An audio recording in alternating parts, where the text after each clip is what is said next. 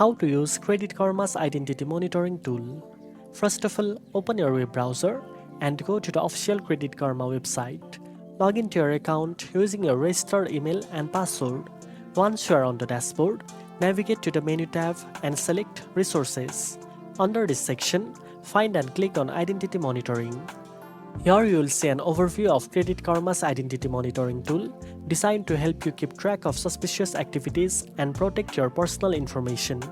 The tool will alert you to any unusual or potentially fraudulent activity related to your credit report, such as new accounts opened in your name or changes to your personal information. Make sure to review any alerts promptly to take action if necessary. You can also update your contact preferences so you receive notifications via email or phone.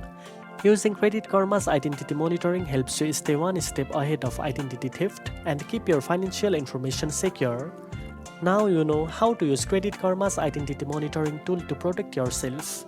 If you found this video helpful, don't forget to like, share and subscribe for more financial tips. Thanks for watching and I'll see you in the next one.